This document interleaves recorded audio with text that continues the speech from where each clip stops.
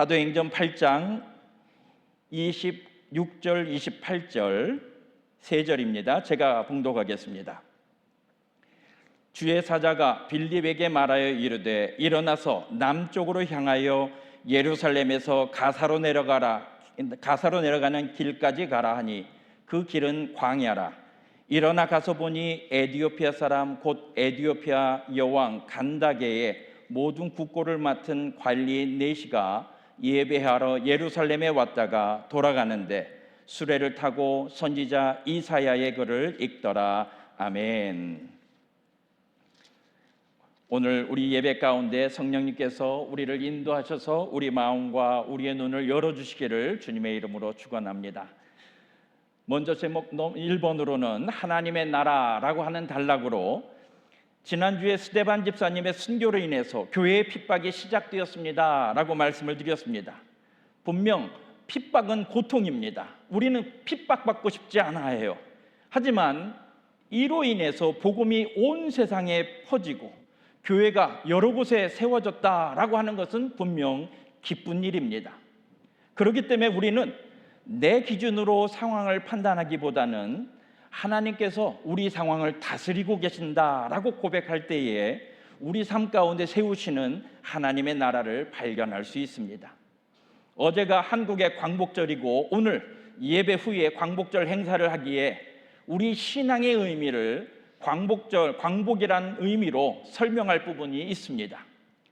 주의 제자들이 예수님을 증거하기 위해서 자기 생명을 아끼지 않고 순교하신 것을 우리나라 광복을 위해 자신을 헌신하신 독립투사로 이해할 수 있겠습니다.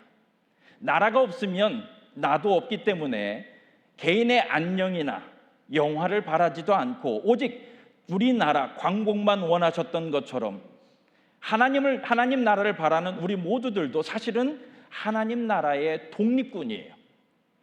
그래서 우리에겐 하나님 나라를 이 땅에 세워야 하는 사명이 있습니다.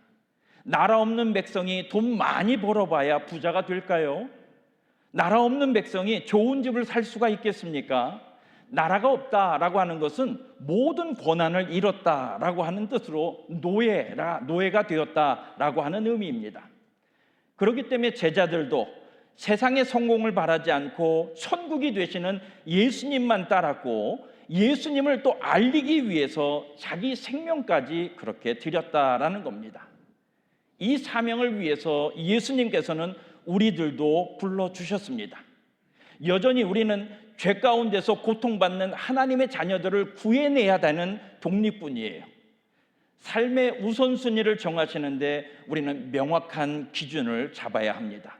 하나님의 나라를 만나지 못하면 우리는 그저 세상의 노예일 뿐이라는 겁니다. 우리가 만나는 분들에게 예수님을 전하심으로써 잃었던 하나님 나라, 그 광복을 우리는 다시 이루어야 합니다. 81년 전 대한민국의 광복을 이뤘듯이 오늘 우리도 하나님 나라 광복을 이룹시다. 묵상 질문 생각해 봅니다. 하나님 나라 광복군, 독립군으로 살려면 나는 무엇을 결단해야 되겠습니까? 생각해 보시기 바랍니다. 두 번째 단락, 성령의 인도하심을 말씀드리겠습니다. 오늘 우리가 만날 인물은 두 번째, 집사들 7집사 중에서 두 번째 나오는 빌립입니다. 우리가 읽지는 않았지만 토요일 아침 본문으로 빌립의 사마리아 전도에 관해서 묵상을 했습니다. 사도행전 8장 7절, 8절에 많은 사람에게 붙었던 더러운 귀신들이 크게 소리 지르며 나가고 또 많은 중풍병자와 안전뱅이가 나으니 그 성에 큰 기쁨이 있더라. 집사 빌립의 사역이 사도 베드로와 다르지 않았다라는 겁니다. 강력한 사역을 했다라는 것입니다. 이때 성령님께서 빌립에게 말씀을 하셨어요. 주의 사자가 빌립대로 일러가로되 일어나서 남으로 향하여 예루살렘에서 가사로 내려가는 길까지 가라 하니 그 길은 광야라. 지금 성령님께서 빌립대로 어디로 가라 하는지 들으셨습니까? 광야예요. 사마리아에 이제 사람들이 예수님을 믿기 시작했습니다. 이제 사람들이 모여서 교회라고 하는 것을 아직 시작도 하지 못했던 상황이에요. 예루살렘 교회에서 집사로 섬겼던 빌립이 이제 예수님의 제자들에게 교회는 무엇이고 어떻게 전도해야 되는 것을 가르쳐야 될 상황인데, 한마디로 그들에게 영적 지도자가 필요한 상황에 성령님께서는 떠나라라고 말씀하시는 겁니다. 만일 여러분들이 빌립이라면 어떠시겠어요? 그냥 순종하시겠습니까? 아니면 현실의 문제를 더 어필하시겠습니까? 혹 사마리아를 떠난다 할지라도 광야가 아닌 사람들이 많은 곳, 베드로처럼 한 번 설교에 3,000명씩 회개할 수 있는 좀 사람들이 있는 도시를 좀 더 선호하지 않겠습니까? 그런데 믿음은 하나님의 말씀에 순종하는 것이 믿음입니다. 비록 내가 하나님의 계획을 완전히 이해하지 못해도 하나님을 사랑하기 때문에 이해하지 못하는 그 명령도 순종하는 것이 믿음입니다. 만일 내가 이해가 되어야만 순종하겠다라고 한다면 그것은 하나님 뜻에 순종하는 게 아니라 내 뜻을 따르는 거예요. 성경의 많은 선지자들은 하나님의 명령을 이해하지도 못한 채 선포했습니다. 그렇기 때문에 우리는 성경의 기록자들이 되게 많은데도 성경의 저자를 하나님이시다라고 이야기를 하는 거예요. 빌립이 그래서 아무도 없는 광야로 나아갔습니다. 예루살렘에서 가사까지는 약 100km 거리로 걸어서는 3일 길이 됩니다. 그 도중에 빌립이 한 수레를 발견하게 됐는데, 이때 성령님께서 또 빌립에게 말씀하셨습니다. 이 병거로 가까이 나아가라. 병거를 탔다라고 하는 것은 신분이 높다라고 하는 의미죠. 성령님은 이 사람을 위해서 빌립을 광야로 나아가라 하셨던 거죠. 수레에 타고 있던 사람은 에디오피아 여왕 간다게의 내시로서 국고를 책임지고 있는 재정부장이었어요. 재무장관이었습니다. 그의 직책으로서 우리가 볼 때 그가 얼마나 여왕의 신임을 받는 사람인지 알 수 있습니다. 에디오피아 얼마나 멀까요? 에디오피아는 아프리카 이집트 남쪽에 위치한 나라로서 예루살렘에서부터 이디오피아까지는 2,500km 거리가 됩니다. 우리 애나버에서 따진다면 저 유타주의 솔렉시티까지 거리입니다. 그곳에서 애나버까지 마차를 타고 왔다라고 하는 겁니다. 이 먼 길을 와서 하나님께 예배하고 돌아가는 중이에요. 한 달 이상 걸리는 여정이기 때문에 왕의 신임을 받는 그런 장관이 자리를 비울 수 없지 않습니까? 아마 여왕이 사절단에 임명을 맡겨서 보냈거나 아니면 평생 준비해서 이 한 번 예루살렘 성전에 하나님께 예배하기 위하여서 많은 시간을 준비했다라고 하는 것을 알 수 있습니다.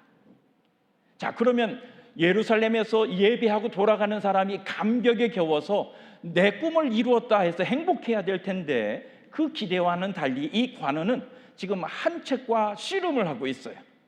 당시 그 성경이라고 하는 것은 양피지, 양가죽으로 만들어진 것으로서 전체 성경도 아닙니다. 이사야서도 두루마리로 말린 것을 만들 때에 그 한 성경 하나가 약 3만 불, 지금 돈으로는 3만 불에 해당이 되는 것이라 개인은 성경을 가질 수가 없습니다. 그런데 이 관원은 그 성경을 자기가 갖고 읽고 있었다라는 것이죠. 이 두루마리 성경은 그가 단지 놀러 예루살렘에 온 것이 아니다, 하나님을 예배하러 온 자라는 것을 알 수가 있습니다. 자, 두 번째 묵상 질문. 내가 이해하지 못하는 하나님 뜻 무엇일까요? 물론 우리는 하나님의 뜻을 이해한다고 할 수 없습니다. 지금 나에게 주어주신 하나님의 말씀 가운데 이해되지 않는 것 무엇이 있습니까? 세 번째 단락입니다. 빌립의 전도. 이때 빌립이 그에게 나타났습니다. 빌립이 먼저 묻습니다. 읽는 것을 깨닫느뇨? 그러자 이 관원은 빌립에게 대답을 했어요. 지도하는 사람이 없으니 어찌 깨달을 수 있느뇨? 모르겠습니다 라고 하는 것이죠. 지금 이 관원은 빌립이 어디서 왔는지, 어디서 나타났는지 거기에 관심도 없습니다. 자신이 씨름하고 있는 이 성경에 대해서 누가 나를 도와줄까 하고 찾던 중에 빌립이 나타났기 때문에 이 관원은 그냥 기뻤습니다. 그래서 빌립도 아마 이 내시를 만난 것을 성령님의 역사구나라고 하는 것을 자신도 깨달았을 거예요. 우연처럼 보이지만 하나님께서는 이렇게 우리를 위해서 일하십니다. 기도하지 않는 사람들은 모든 것을 우연이라고 표현할 수밖에 없어요. 그런데 기도하는 사람들은 하나님께서 예비하셨습니다라고 고백하게 됩니다. 만일 이들의 만남이 에티오피아였다면 이 관원은 낯선 빌립을 만나지도 않았을 것입니다. 그런데 광야였기 때문에, 자신이 문제 가운데 있었기 때문에 빌립의 신원을 확인하지도 않고 당장 수레에 오르라라고 권했습니다.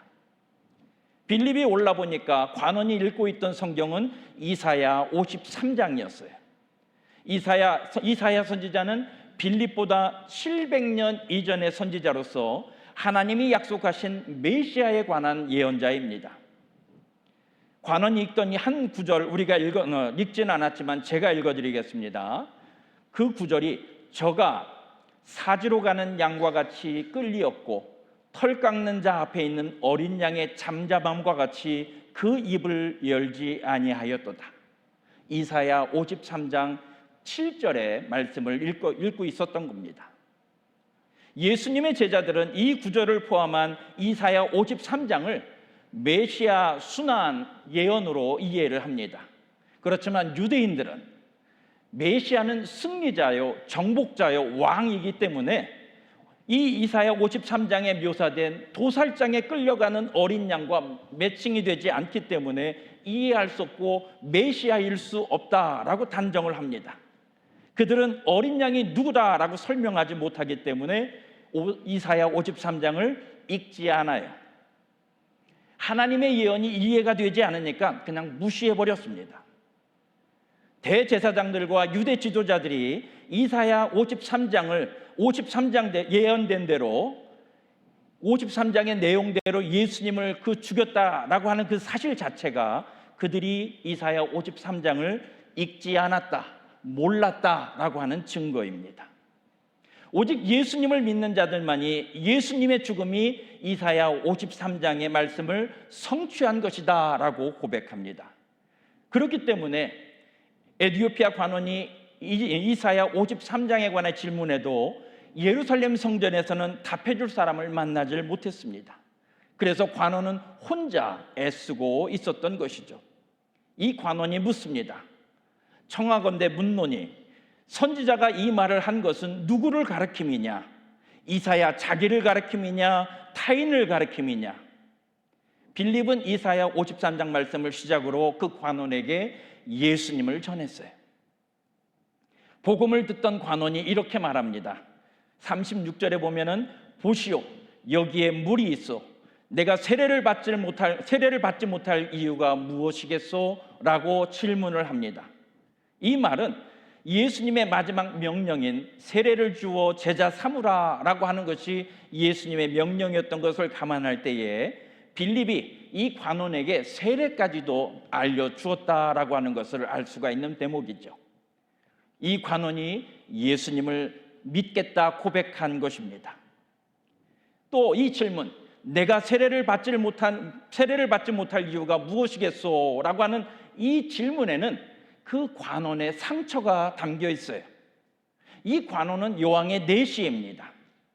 신명기 23장 1절에 따르면 내시는 하나님의 총회에 들 수가 없어요. 성전에 들어갈 수가 없습니다. 아무리 그가 먼 곳에 왔다 할지라도 그것이 율법이에요. 그렇기 때문에 그가 세례를 받는 데에도 혹시 나 같은 자 또 배제하는 그런 제한 사항이 있습니까? 라고 조심스럽게 빌립에게 물은 것입니다. 다른 사본을 참고해서 볼 때에 빌립이 이렇게 관원에게 묻습니다. 내가 마음을 온전히 하여 믿으면 가능하니라 라고 대답을 하니 그가 대답할 때 내가 예수 그리스도께서 하나님의 아들이신 줄 믿습니다.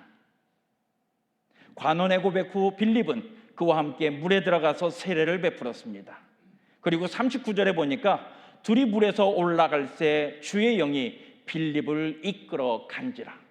그냥 가자라고 한 것이 아니라 순간 이동을 함으로 말미암아 이 내시는, 이 관원은 빌립을 더는 볼 수 없게 되었다라고 기록을 하고 있습니다. 성령께서 빌립을 어디로 데려가셨냐면 수십 마일 떨어진 아소도라고 하는 곳으로 순간 옮기셨기 때문에 이 관원은 작별 인사도 못한 채 빌립과 헤어지게 만드셨다라는 거예요. 왜 성령님께서는 이 관원이 빌립에게 감사할 시간도 주지 않고 빌립을 데려가셨을까요?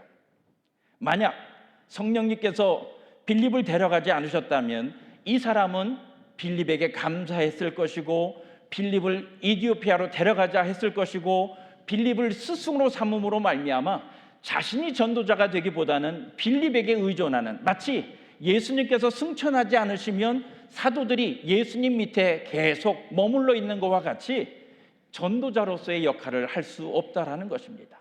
그것은 성령님께서 원하는 것이 아니었습니다.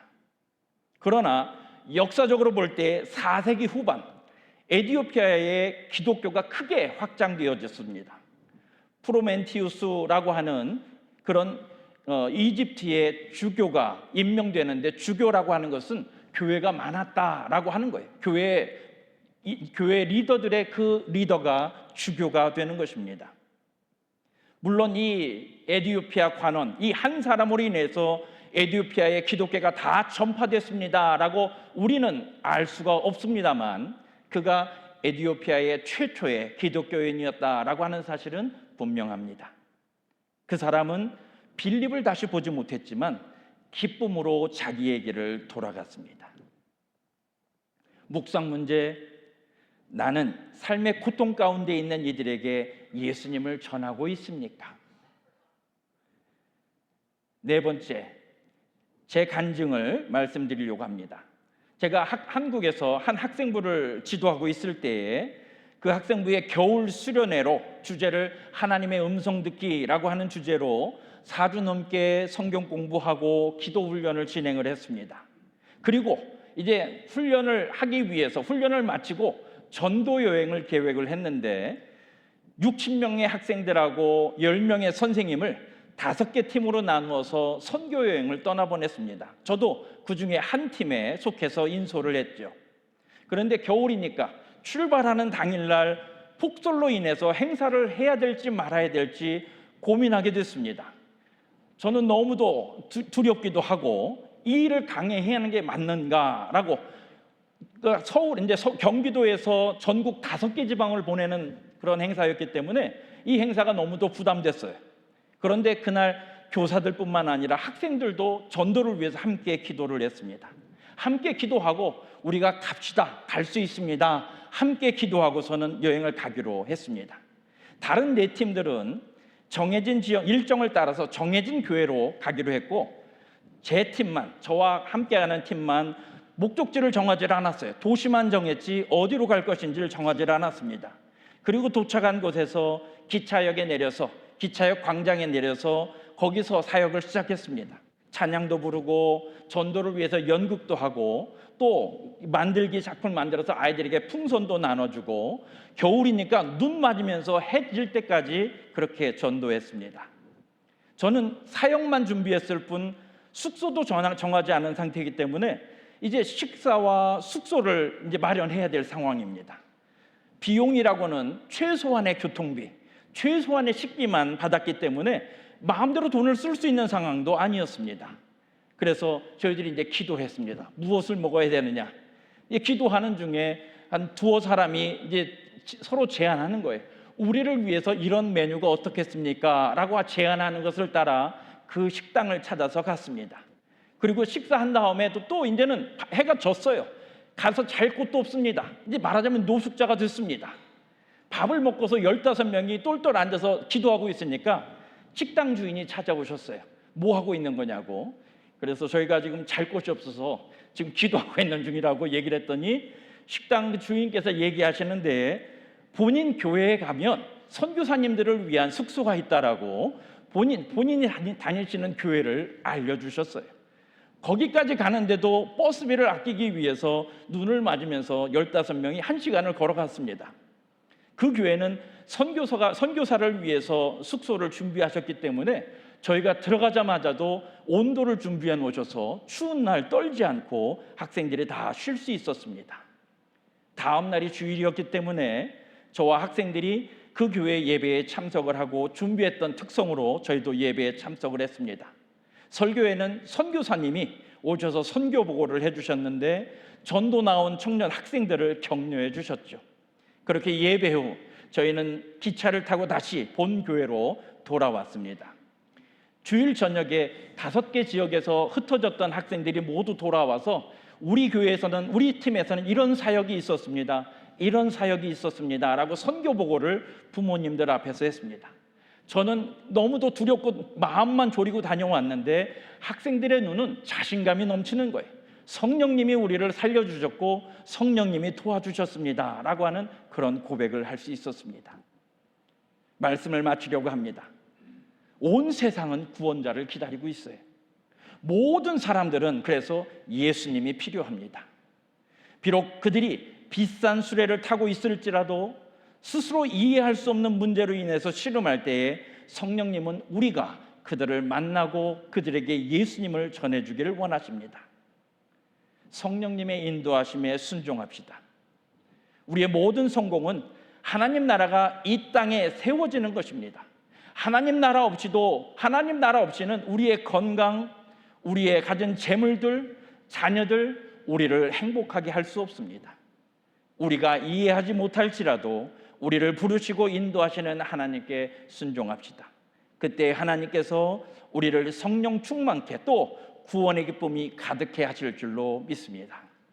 이 시간 우리가 말씀 붙들고 한번 1분간 기도하길 원합니다.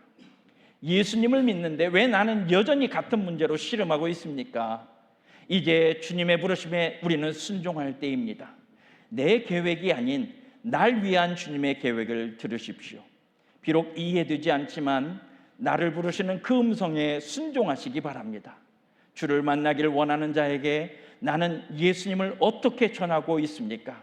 주님, 나의 믿음 없음을 도와주세요. 간구하는 마음으로 우리 함께 소리를 내셔도 좋고 조용히 기도하셔도 좋고 기도합니다. 자비하신 아버지 하나님, 주의 부르심 앞에 서기를 원합니다. 하나님, 빌립을 통하셔서 에티오피아의 관원을 전도케 하셨고 그로 인하여 아버지 그 땅에 복음이 전파되게끔 하셨던 것처럼 하나님, 그 한 사람 하나님, 그 소중한 한 사람을 통하여 하나님 세상을 바꾸실 걸 생각할 때에 하나님, 우리의 입술을 다물지 말게 하여 주시옵소서. 아버지, 이 말씀이 우리를 부르시는 말씀인 줄로 믿습니다. 아버지, 81년 전 대한민국에 광복을 허락하셨던 것처럼 하나님, 우리가 이 땅에 하나님 나라를 건설케 하여 주시옵소서.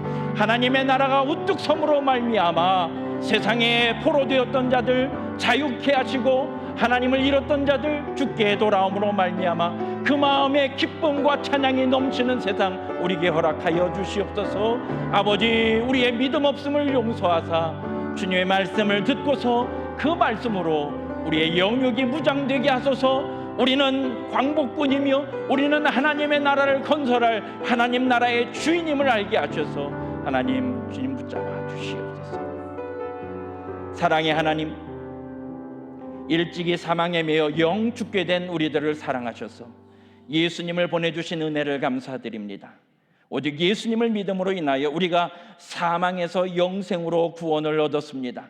오늘 빌립을 통하여 복음이 사마리아와 땅끝을 향하여 선포된 것을 알았습니다. 그 복음으로 우리까지 생명을 얻었습니다. 아버지, 이제 우리가 아버지를 기쁘시게 하는 삶을 소망합니다. 아버지 없는 성공은 아무것도 아님을 알기에 우리의 우선순위를 아버지께 둡니다. 먼저 그 나라와 의를 구하라 하신 주님 말씀 따라 하나님 나라가 이 땅에 서도록 우리 모두 하늘나라 독립군으로 살게 하옵소서. 믿음을 더하시고 성령을 더하셔서 우리 사역에 한계가 없게 하여 주시옵소서. 연약함을 이기도록 한 사람 한 사람에게 강건함을 허락하여 주시옵소서. 우리를 통하여 세상을 변화시키시옵소서. 어린아이로부터 장년에 이르기까지 모두 주의 사랑 안에서 거룩한 성도의 교제에 나누게 하여 주옵소서. 모든 영광과 찬양을 주님께 드리오며 예수님의 이름으로 기도드립니다. 아멘.